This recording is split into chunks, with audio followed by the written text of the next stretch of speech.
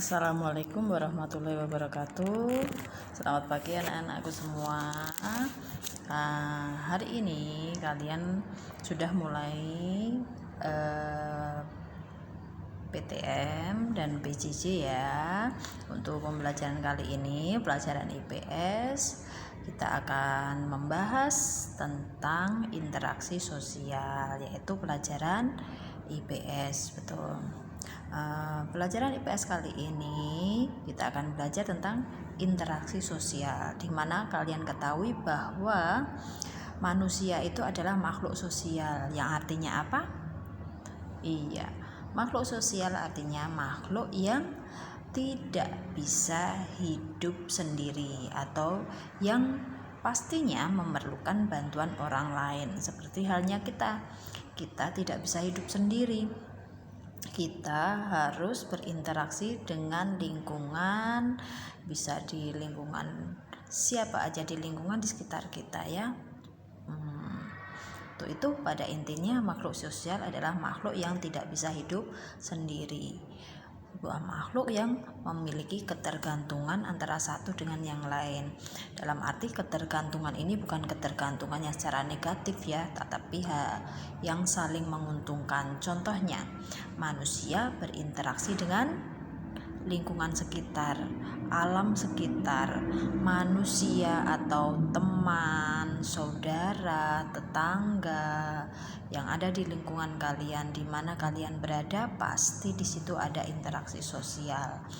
Ketika kalian di sekolah, ketika kalian di rumah, ketika kalian bepergian ke pasar, ke tempat wisata, ke mall, dimanapun di situ pasti kalian akan melakukan interaksi. Nah, pelajaran kali ini kita akan membahas di buku kalian ya, di buku tema 3. Silahkan diambil dulu, kemudian buka halaman 22. Oke? Di situ kalau kalian sudah menemukan, kalian bisa baca. Ayo membaca halaman 22. Sudah ketemu? Oke, mari kita belajar. Bu Esti akan membaca, kalian ikut menyimak ya. Makanan merupakan bahan baku utama bagi manusia untuk memproduksi energi dan memenuhi segala nutrisi yang diperlukan tubuh, ibarat bensin yang sangat vital perannya bagi kendaraan bermotor. Makanan sangat berperan bagi tubuh manusia dalam mempertahankan kelangsungan hidup. Namun, tidak semua jenis makanan yang dikonsumsi dapat memberikan asupan gizi yang baik dan sehat. Makanan yang sehat ialah makanan yang mengandung semua zat gizi yang dibutuhkan oleh tubuh untuk memperoleh energi. Nah, manusia membutuhkan makanan, pastinya dia tidak akan mengolah makanan itu sendiri. Dia harus menanam dulu, kemudian dia akan memetik hasilnya dan baru bisa dimanfaatkan. Nah, seperti itu ya, berarti manusia melakukan interaksi dengan alam, dengan menanam, dengan merawat tanaman itu.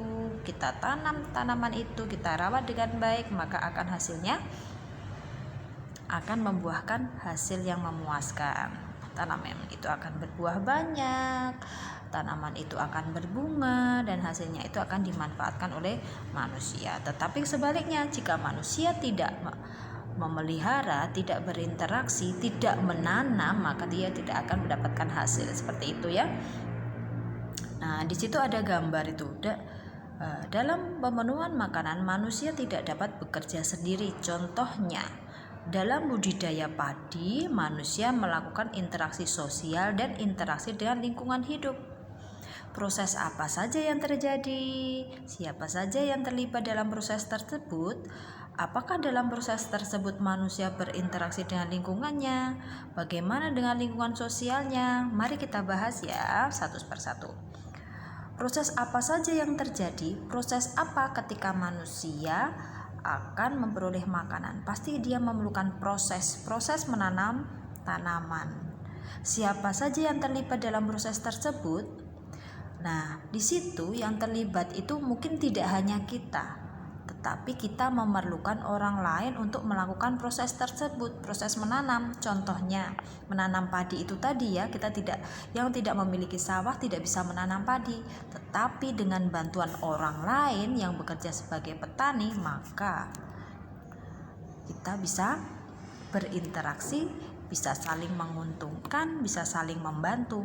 Siapa saja yang terlibat di situ? Yang terlibat di situ adalah pelaku ekonomi.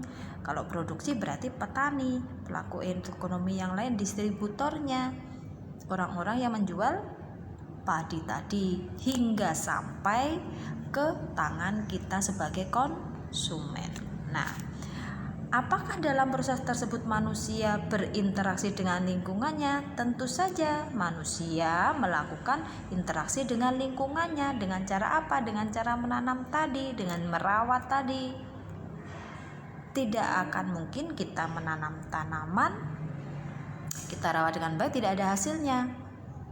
Dan sebaliknya, tidak mungkin kita tidak menanam, kemudian pohon itu tumbuh padi dengan sendirinya, membuahkan hasil yang maksimal sesuai keinginan kita. Tidak, kita kan melakukan interaksi dengan cara merawat, menyiram, seperti itu ya, memberikan makanan dengan pupuk, seperti itu. Bagaimana dengan lingkungan sosialnya? Nah, lingkungan sosial juga sama, lingkungan sosial yang ada di sekitar kita yang membantu. Bagaimana dengan lingkungan sosialnya? Tentu saja di lingkungan kita pasti ada saling membantu, saling menolong, seperti itu ya. Dengan lingkungan yang sehat, dengan perawatan yang baik, maka hasil yang kita tanam akan menghasilkan yang hasilnya akan banyak. Oke, kita simak ya, kita baca lagi ya. Interaksi sosial adalah hubungan-hubungan sosial yang menyangkut hubungan antar individu dengan kelompok dan kelompok dengan kelompok. Berarti interaksi sosial amat dibutuhkan untuk kehidupan bersama, sebab individu tidak dapat hidup tanpa individu yang lain ya. Berarti manusia sudah dari awal tadi Bu Esi terangkan bahwa individu tidak dapat hidup tanpa individu yang lain. Bisa juga secara perolangan antara individu dengan individu, individu dengan kelompok, dan kelompok dengan kelompok. Contohnya seperti itu nggih. Individu dengan individu berarti manusia dengan manusia. Individu dengan kelompok berarti satu manusia atau satu individu dengan kelompok yang lain. Misalnya seperti itu. Kelompok berarti lebih dari satu orang.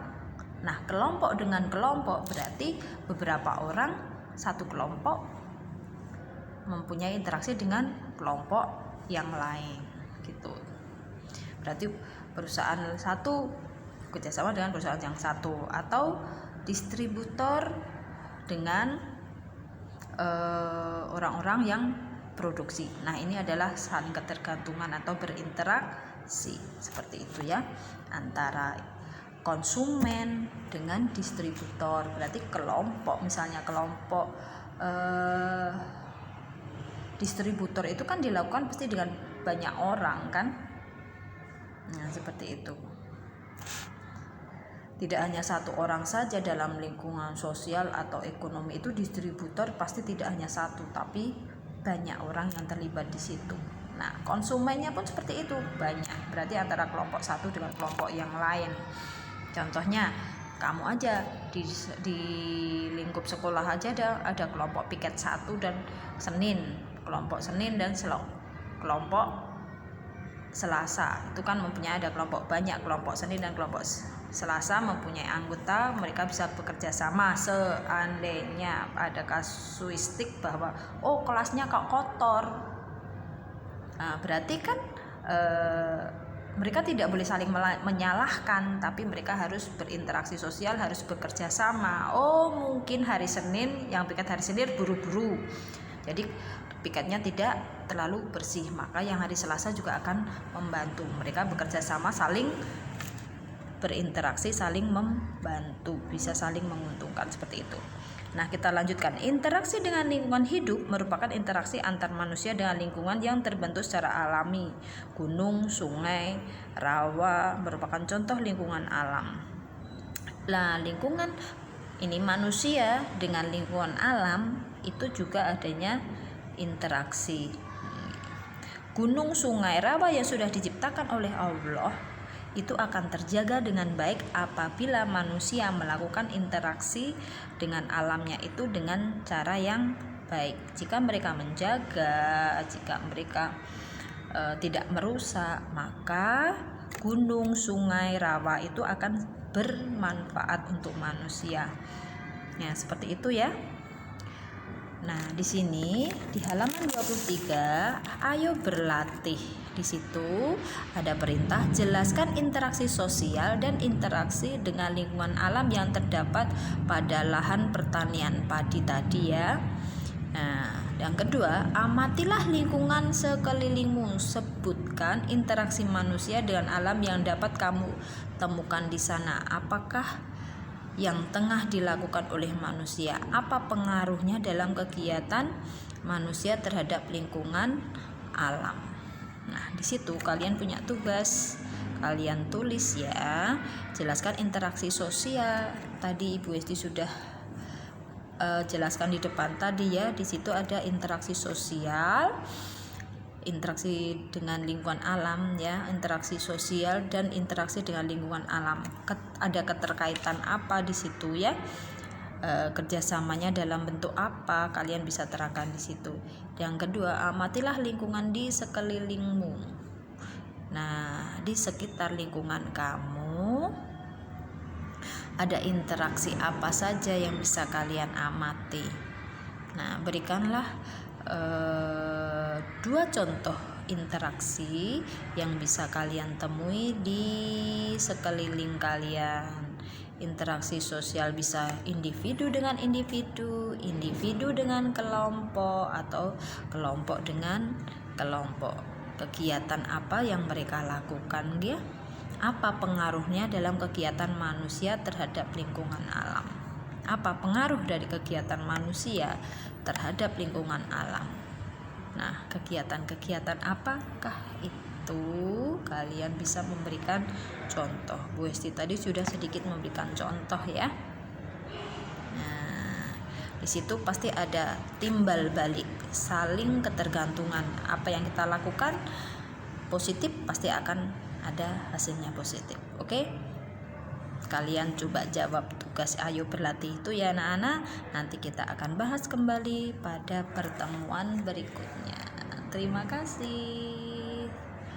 Assalamualaikum warahmatullahi wabarakatuh.